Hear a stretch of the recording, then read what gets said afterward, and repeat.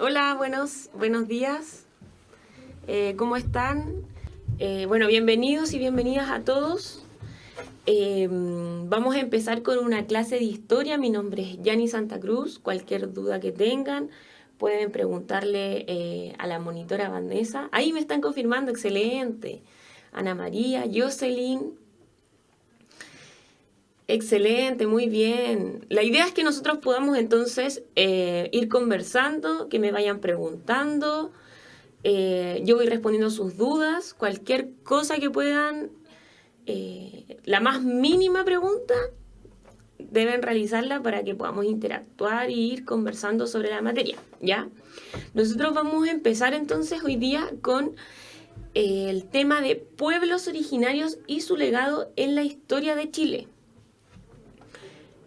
Y vamos a comenzar. Entonces, a mí me gustaría saber como qué conocen, qué saben entonces de los pueblos originarios. Si hay algo que saben específico, que habían escuchado, si pueden nombrar allá en la sala.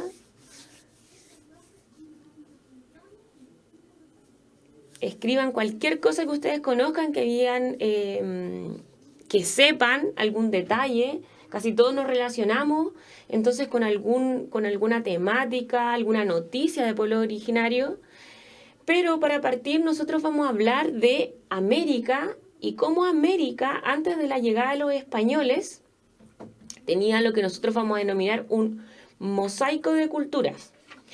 Grandes culturas, variadas culturas, que se van a situar en distintas zonas de América Latina, en Chile, en Brasil, en Colombia, en Argentina, y como nosotros podemos ver en ese mapa que tenemos atrás, acá, tenemos un mapa que no sé si alcanzan a ver ustedes, pero lo que trata de relatar este mapa es que en distintas zonas, en la actualidad aún, se hablan distintos lenguajes que tienen que ver entonces con las culturas precolombinas. Estos pueblos fueron cazadores-recolectores, como podemos ver acá, o también fueron grandes civilizaciones y señoríos. Y las civilizaciones más importantes y de las que más se hablan hasta la actualidad son la civilización maya, los incas y los aztecas, que vamos a ver. Algunos de estos pueblos, de estas civilizaciones, desaparecieron, no existen por distintas temáticas, tanto por que se fueron mezclando con otras culturas, o también hubo procesos de exterminio de estos pueblos originarios, y algunos se mantienen hasta el día de hoy y pertenecen a nuestra cultura actual. Entonces, lo más importante que nosotros tenemos que comprender de este proceso es que antes de la llegada de los españoles, en América Latina existían otras fronteras, que no son las que nosotros conocemos actualmente en relación a los países como Chile, Bolivia, Argentina, México, Brasil, etc. Son fronteras que estaban delimitadas por otros pueblos y otros habitantes. Por favor, vayan respondiéndome si es que van comprendiendo, si es que conocen a algún pueblo de Chile. Mira, Jocelyn me escribe, son los primeros pueblos que vivían en familias, todos juntos. Exactamente. Algunos vivían para cazar o recolectar solamente y se iban trasladando de lugar en lugar, y eso lo vamos a denominar los pueblos nómades. Y otros se acentuaban, o sea, se quedaban en un lugar, establecían familia, establecían una sociedad, y ellos generalmente trabajaron la agricultura. Pero vamos a seguir viendo para que podamos comprender bien. Como yo les mencionaba entonces, hubo grandes civilizaciones o imperios que estuvieron en América Latina. Incluso algunos estuvieron en el territorio que hoy día es Chile, recuerden, hoy día es Chile, pero anteriormente eran diferentes pueblos, muchos, lo vamos a ver a continuación. Y uno de esos pueblos muy importante que estuvo en Chile fueron los incas. Los incas llegaron hasta la región del Maule, ¿ya? Como se ve ahí en el mapa, en el color verde, ellos fueron los incas. Tenemos grandes imperios también como los aztecas y los mayas, ¿ya? Sin embargo, nosotros vamos a relevar y les vamos a dar gran importancia a los incas porque estuvieron en nuestro territorio y lograron influenciar entonces pueblos del norte y del centro, por ejemplo, como los aymara, como los diaguita. Sin embargo, un pueblo que frenó el avance de los incas es un pueblo que tradicionalmente ha frenado el avance de todas las civilizaciones. ¿Cuál creen ustedes que podría ser ese pueblo, esa cultura precolombina? A ver si en la sala están ahí atentos, que me pudieran normar. ¿Cuál creen? Exacto, están ahí opinando entonces. Y entonces los que frenaron este gran avance de esta civilización, exactamente, el Polet, fueron los mapuches. No solo entonces frenaron el avance de los españoles y generaron una frontera, sino que también frenaron el avance del imperio inca. Y tal como nosotros conocemos hoy día nuestro territorio, recuerden, este mapa que yo les coloqué acá tiene las fronteras actuales, que son estas fronteras imaginarias, que son las regiones. Sin embargo, anteriormente, todas estas fronteras se encontraban por pueblos que comercializaban, que se encontraban, que dialogaban a través de, principalmente de lo que ellos producían, generaban estos diálogos y este comercio. No solo en el territorio chileno, sino que también con Argentina, con Perú, con Bolivia, etcétera, que son los países fronterizos. En el norte nosotros tenemos dos pueblos importantes, los aymara y los atacameños, que siguen siendo pueblos relevantes hasta el día de hoy. Algunos de ellos. Tenemos muchos más en el norte, estoy nombrando algunos solamente. En el centro-sur más o menos, tenemos a los mapuche, y en la zona austral teníamos pueblos como los tehuelches, los selman, los yámanas, los cahuéscar y los chonos. Entonces tenemos una gran gama, todos los que nosotros tenemos acá, ¿no es cierto? Gran gama de diferentes pueblos. Imagínense que tener diferentes pueblos conlleva tener diferente vestimenta, diferente idioma, formas de comer, formas de relacionarse. Todo eso entonces se vio modificado a la llegada de los españoles a América, quienes instauraron y comenzaron a hegemonizar, a manejar. Entonces, espérenme un segundo que hay algo apareció. Ahí. Que comenzaron a manejar todo este tipo de culturas. Podemos ver que estos pueblos precolombinos trabajaron tanto la agricultura, que fueron más bien lo que estuvieron asentados como las civilizaciones, pero también trabajaron la cerámica. Y una de las características más importantes, por ejemplo, del pueblo de Yaquita es la cerámica y cómo ellos pudieron desarrollar la pintura y la escultura a través de este tipo. Hay una cerámica que es muy conocida que se llama el jarro pato, que es del pueblo de Yaquita. Y ese jarro pato tiene influencia inca, por eso se llama así y por eso es bastante característico. Recuerden, los pueblos nómades, que son los pueblos que se van moviendo de lugar en lugar, tenemos a los changos, los chonos, alacalufes y yaganes como ejemplo. Sin embargo, también tenemos algunos pueblos que vivieron en el extremo sur, como los selman o los onas, ¿ya? ¿Qué vamos a decir? Que estos últimos pueblos que vamos a nombrar fueron civilizaciones que no se extinguieron cuando llegaron los españoles, sino que se extinguieron en la conformación de la República de Chile, ¿ya? Pero el pueblo más importante, y más importante porque ha trascendido el tiempo y también porque hoy día tenemos gran cantidad de este pueblo, son los mapuches, ¿ya? Y los mapuches vivieron desde el río Choapa hasta la región de Coquimbo, se organizaban en familias que se van a denominar los LOB, y puse ahí la toponimia, ¿por qué? Porque van a tener un lenguaje específico, que probablemente ustedes ya saben, que es el mapudungún o mapuzungún. Y gran parte de los lugares del centro y sur de nuestro país tienen nombres que sus raíces se encuentran en el mapudungún.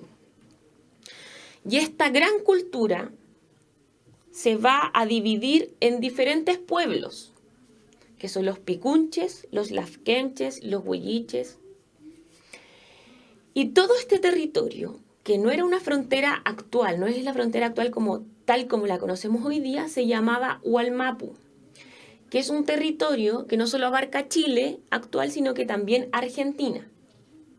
Entonces, de nuevo, recalco la idea de comprender que antes de la llegada de los españoles habían diferentes pueblos, distintas culturas, distintos lenguajes que se vieron modificados, alterados, frente a la llegada de los europeos. Y lo más importante de esto es que muchos de estos pueblos, no todos, trascienden la historia y podemos encontrarlo en nuestra propia cultura.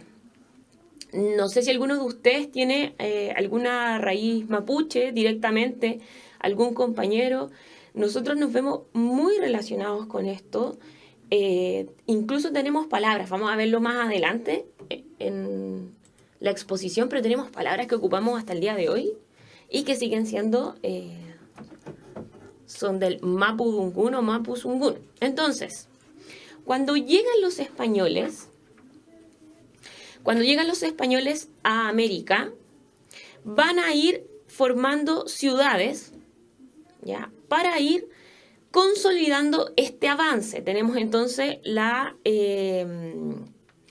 fundación de Santiago del Nuevo Extremo en 1541, que eso va a conllevar de que van a expulsar los indígenas a la Chimba, que es este lado que queda, que es este otro lado que queda del río Mapocho, lo que hoy día es Recoleta, Independencia, ¿no es cierto? Fundan La Serena, y la importancia de La Serena es que es un lugar medio entre Perú, que es el centro, es un virreinato, y Santiago. Esa es la importancia que tiene La Serena. Entonces tenemos Perú, Lima específicamente, y Santiago, y La Serena se sitúa al medio. Tenemos la consolidación del territorio a través de la fundación de Concepción, Valdivia, Villarrica, Angol y los fuertes de Tucapel, Arauco y Purén. Lo más importante que nosotros tenemos que recalcar es que esta consecuencia de la conquista, de la llegada de los españoles, va a incidir directamente en la población precolombina, en una disminución de la población, y entre la zona norte y la zona sur nosotros vamos a tener distintas reacciones. Por ejemplo, en la zona norte vamos a tener mayor imposición de la cultura europea, pero en la zona sur, en la zona centro y sur, vamos a tener mayor resistencia, que es la denominada entonces Guerra de Arauco, que se gesta entre los europeos y el pueblo mapuche. Esta resistencia, este enfrentamiento entre los dos pueblos, lo vamos a denominar también un choque cultural, no solo de guerra, sino que también cultural. Un mundo occidental que se denominaban a ellos mismos entonces como una civilización, que van a gestar ciudades y una relación particular con la naturaleza, ¿no es cierto? No una relación que tiene que ver con extraer recursos principalmente. Y los pueblos precolombinos, que van a tener otro modo de organización y una cosmovisión, o sea, un modo de entender el mundo relacionado directamente con la naturaleza. Entonces, la mirada que van a tener del mundo, de la naturaleza, van a ser completamente distintos y por eso nosotros vamos a entender entonces un choque cultural. Para este choque cultural, y como el español necesitaba entonces, a través de la conquista, obtener mayor riqueza, va a someter y va a instaurar labores en los pueblos precolombinos.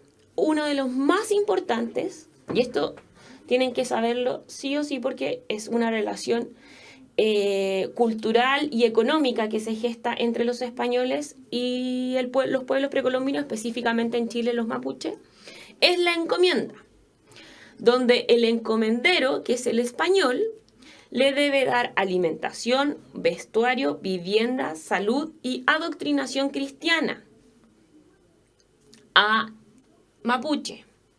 Yo puse ahí concepción de la barbarie porque cuando yo digo que le tengo que dar alimentación, vestuario, vivienda, salud, es porque yo entiendo que ellos no tienen eso. ¿Ya? Y el encomendado, que es el mapuche, debe trabajar, que trabajó principalmente... Acá me voy a cambiar de lugar. Trabajó principalmente en los lavaderos de oro y tienen esta concepción de incapaces relativos. ¿Ya? Que es esta misma concepción que nosotros jurídicamente en la actualidad la tienen los menores de edad, ¿ya? Que no, por eso no pueden votar. Por lo tanto, hay un encomendero y un encomendado, uno que fuerza a otro a trabajar en los lavaderos de oro y el otro debe darle tributo para poder entonces seguir, continuar ahí, etc. Sin embargo, las consecuencias que tuvo este sistema económico y cultural fueron varias. Una de las más importantes es que este sistema, acá sí, este sistema fue muy parecido a la esclavitud. Ya muchos teóricos y historiadores hablan de que este fue un sistema de esclavitud encubierto. Por lo tanto, estos lavaderos de oro trajeron maltratos, vejámenes, muertes a los pueblos precolombinos y por esto se crea entonces en 1542 las leyes nuevas de Fray Bartolomé de las Casas, que es un religioso que mirando toda esta situación que es lo que estaba ocurriendo, dicen, no podemos seguir maltratando a esta gente. Por lo tanto, debemos crear regulaciones para los tratos de estas personas. Si bien no es importante, chiquillos y chiquillas, todos allá en la sala de clase, que ustedes se aprendan exactamente las fechas, lo más importante es que ustedes logren comprender que a través de estos procesos se lograron entonces regular y prevenir algunos abusos.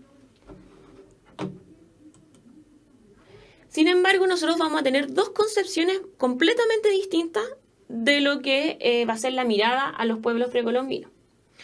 Unos van a hablar de que son bárbaros, son inhumanos y que por eso es justificado toda la guerra, la esclavitud que se ejerce sobre ellos. Y otros religiosos teóricos, como Bartolomé de las Casas, va a hablar de que ellos son personas que tienen una condición racional, humana, y que por lo tanto debemos respetarlo y no por eso nosotros vamos a esclavizarlo. Recuerden que en esta época la esclavitud era era común, ¿ya? Y tener un esclavo era sinónimo de riqueza, era sinónimo de poder, etc. En este proceso de... que me voy a cambiar de nuevo para que podamos leer acá. En este proceso de conquista se llevó a cabo entonces la imposición de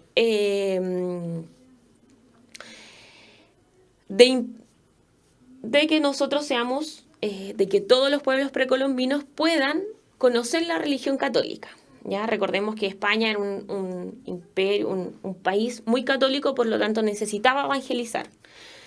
Y la Iglesia Católica organiza entonces en esta época, en el periodo de conquista y colonia, lo que se van a denominar las cofradías, que son organizaciones de diferentes católicos que se manifiestan y que aparecen en estas fiestas muy conocidas que siguen hasta el día de hoy. Por ejemplo, esas fotografías de la fiesta de Andacollo. Estaban organizadas de acuerdo a pautas raciales y económicas. De esta manera existían cofradías de indígenas, negros, mulatos, mestizos y españoles, así como también ligadas a gremios urbanos como los panaderos, zapateros y plateros.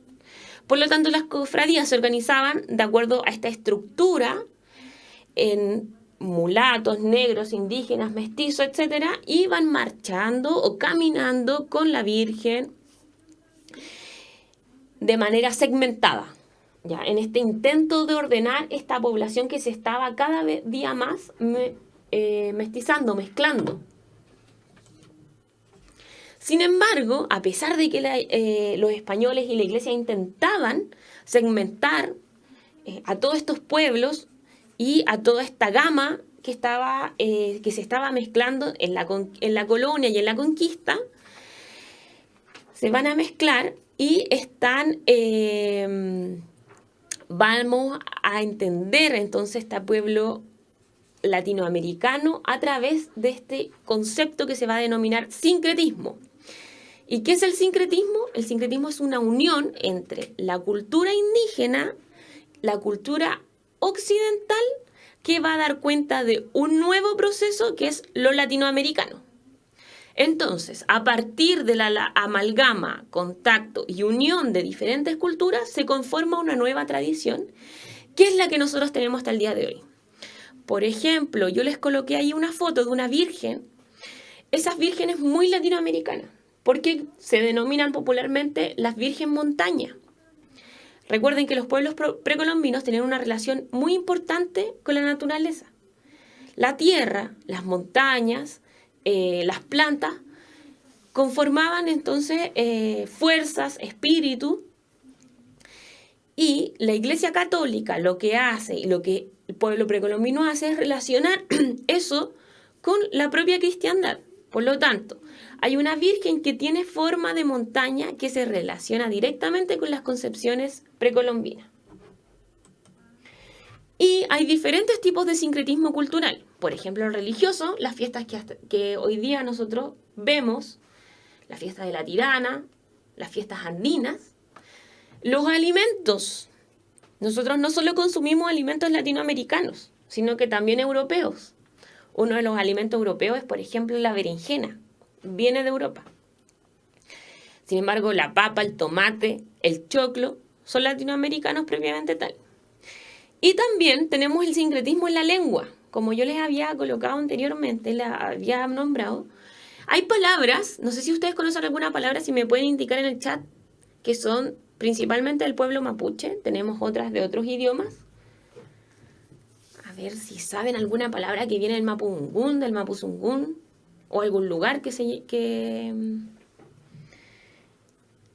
A ver, no es tan difícil, casi todos conocemos alguna y lo ocupamos. De hecho, hay una fotografía ahí soplando.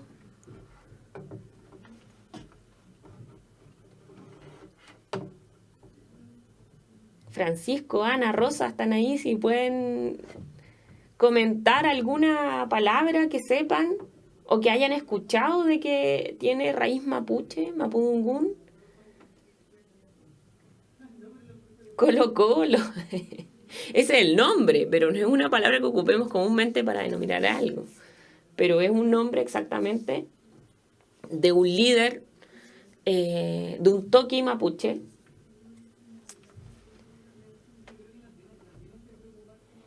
Bueno, una palabra importante es pololo, por eso yo les puse esa imagen. Pololo viene del mapudungún. Pilucho, pichí, guagua, todas esas palabras vienen del mapudungún, ¿ya? Y hay enorme cantidad, si nosotros nos ponemos a estudiar, muchas de las palabras vienen de esa lengua. Y también tenemos, para ir finalizando la clase, tenemos el proceso de mestizaje, como yo les decía anteriormente, en esta gran gama de culturas y pueblos que hubo en el periodo de colonia y conquista, se va a producir lo que nosotros, me soplan por ahí que dijeron todos pololos, exactamente, ¿ven? ¿Ven que sabíamos palabras? Todos teníamos el conocimiento de esa palabra. La Pachamama también. La Pachamama es más bien una palabra que es de los pueblos del norte, no mapuche, pero también es una palabra que nosotros ocupamos hasta el día de hoy. Exactamente. Y como les mencionaba, entonces el mestizaje va a tener gran relevancia porque en Latinoamérica se va a producir esto que es muy, para los historiadores, tiene gran importancia, que es donde se van a mezclar racialmente los negros, los europeos y los distintos pueblos indígenas. Recuerden que con la llegada de los europeos vino mucha población esclava, africana y afrodescendiente, que llegó incluso a Chile. Nosotros tuvimos muchos esclavos, y que se conformó entonces entre estas mezclas a esta población que es la población mestiza, que yo les coloco acá, miren. ¿Quiénes son los mestizos? Nosotros finalmente. Todos nosotros estamos conformados de estas distintas culturas y de este distinto mestizaje entre el negro, el europeo y los distintos pueblos indígenas que habitaron nosotros exactamente, que habitaron el país. Terminamos entonces esta clase. La próxima semana nos vemos. Espero que les vaya muy bien, que tengan un lindo fin de semana, una linda tarde. Si tienen alguna duda, alguna consulta, quieren preguntar algo, recuerden que vamos a ir avanzando en los periodos. Entonces, sí, ahora la próxima semana vamos a empezar a ver el proceso de independencia. Recuerden en todo caso, mientras vemos si tienen alguna duda, de que lo importante es que ustedes logren comprender el proceso de mestizaje y sincretismo que se lleva a cabo en el periodo de conquista y colonia, principalmente dentro de la colonia, y la importancia que van a tener los mestizos en este proceso. ¿Ninguna duda? Bueno, excelente. Si tienen dudas, no importa. Las anotan y la próxima clase las podemos responder. Que estén muy bien y nos vemos la próxima semana.